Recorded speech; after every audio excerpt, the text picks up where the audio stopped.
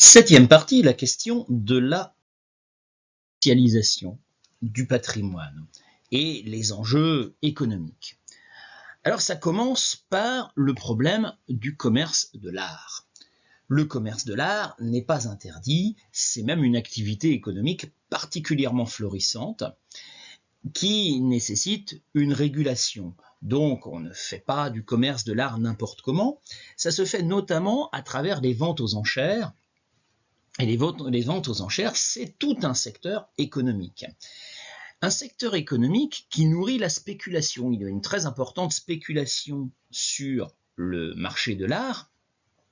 La spéculation, c'est l'idée qu'on achète non pas parce qu'on tient à l'objet, mais qu'on achète dans l'idée de pouvoir le revendre le plus cher possible quelques mois plus tard, et on trouve comme ça un certain nombre de tableaux qui restent dans des cartons et qu'on ne sort que le jour de la présentation pour la vente aux enchères.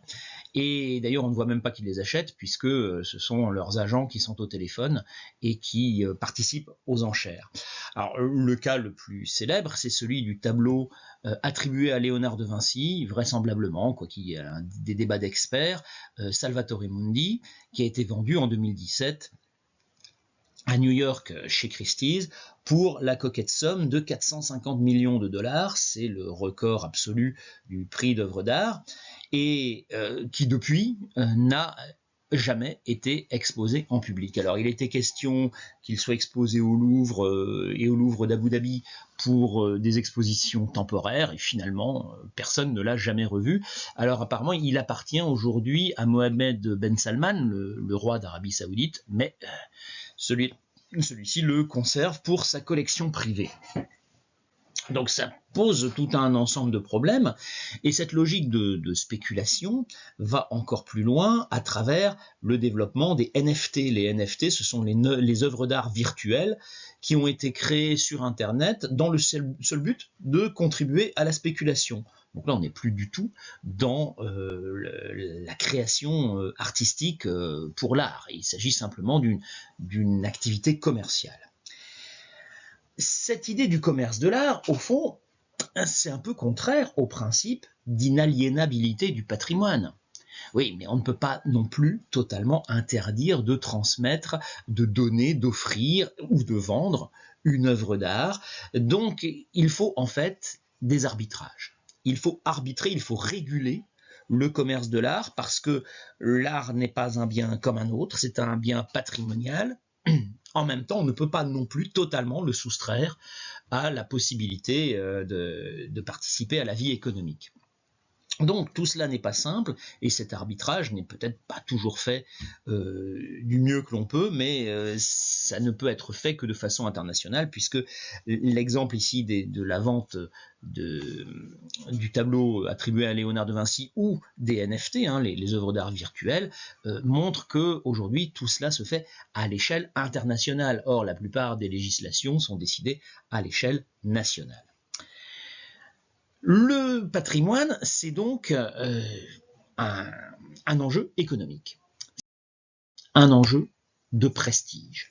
Le patrimoine est un enjeu de prestige. Lorsque on invite des chefs d'État, eh bien on les invite à dîner dans un lieu prestigieux, un objet patrimonial. On voit ici Donald Trump qui a été invité au restaurant de la Tour Eiffel. Et beaucoup de pays ne s'y trompent pas, en particulier les pays émergents qui souhaitent justement valoriser leur patrimoine pour se donner du prestige. On peut le comprendre particulièrement pour des pays qui longtemps ont eu une place mineure sur la scène internationale et qui aujourd'hui gagnent une place plus importante. Alors c'est le cas de l'Inde qui valorise son patrimoine, c'est le cas aussi du Mexique par exemple. On voit ici AMLO, Andrés Manuel López Obrador, le président du Mexique, qui inaugure le train Maya, donc un train moderne qui doit permettre de développer le pays maya, c'est-à-dire le sud-est du Mexique. qui est une région défavorisée du Mexique, mais au-delà, il s'agit de valoriser le patrimoine maya, qui est un patrimoine absolument exceptionnel, avec des cités qui contiennent des temples et tout un ensemble architectural tout à fait extraordinaire dans le pays maya. Eh bien, le Mexique souhaite évidemment valoriser cela, et on voit derrière sur l'affiche, on voit le train, mais on voit aussi les degrés d'une pyramide maya. C'est évidemment un élément fort de la valorisation du patrimoine mexicain, et derrière de la valorisation du Mexique lui-même. En fait, le patrimoine, c'est un instrument de restauration de la fierté nationale, que ce soit du Mexique, de l'Inde, de la Chine et de quantité de pays qui ont besoin de restaurer leur fierté nationale après avoir été minorés si longtemps. Le patrimoine, eh bien, c'est un outil de soft power. Et en France, on a un cas particulièrement éloquent. C'est le cas du château de Versailles. On voit ici la galerie des batailles dans le château de Versailles. Quand on invite un chef d'État étranger, évidemment, on essaie de lui faire visiter Versailles d'une manière ou d'une autre. On lui fait une visite spéciale. Cela contribue à donner de la solennité, de l'importance aux personnes que l'on invite, mais aussi aux événements qui s'y déroulent.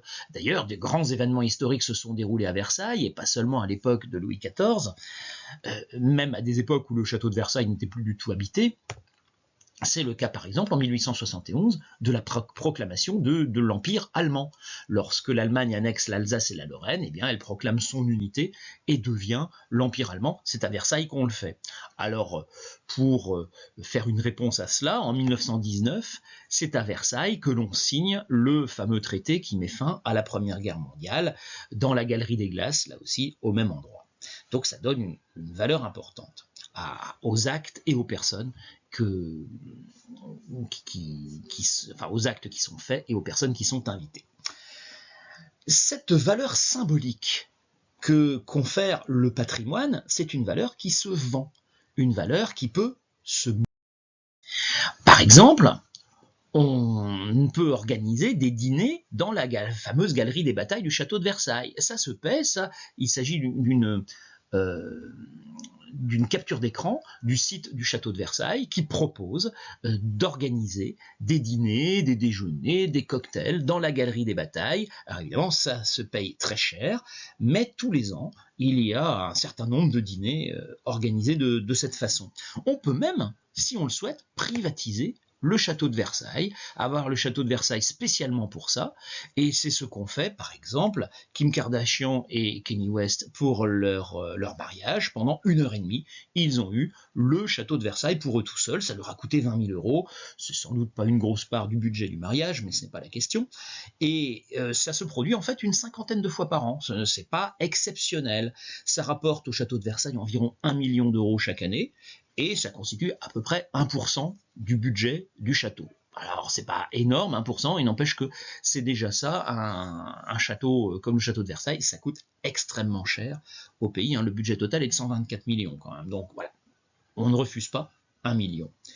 On a un autre exemple, le tournage du clip de Beyoncé et de Jay-Z au Louvre en 2018. Qui a été négocié sans doute 15 ou 20 000 €. Alors là, c'est beaucoup plus exceptionnel, le fait de prêter le musée du Louvre. D'ailleurs, ça s'est fait de nuit. On n'a pas voulu empêcher les visites ordinaires. Mais au fond, l'important ne réside pas dans les 15 ou 20 000 € du paiement des organisateurs.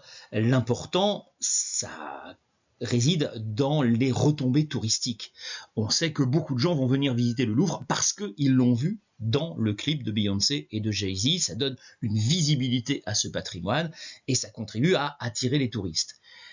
Ça pose une question qui est la question de l'exploitation touristique.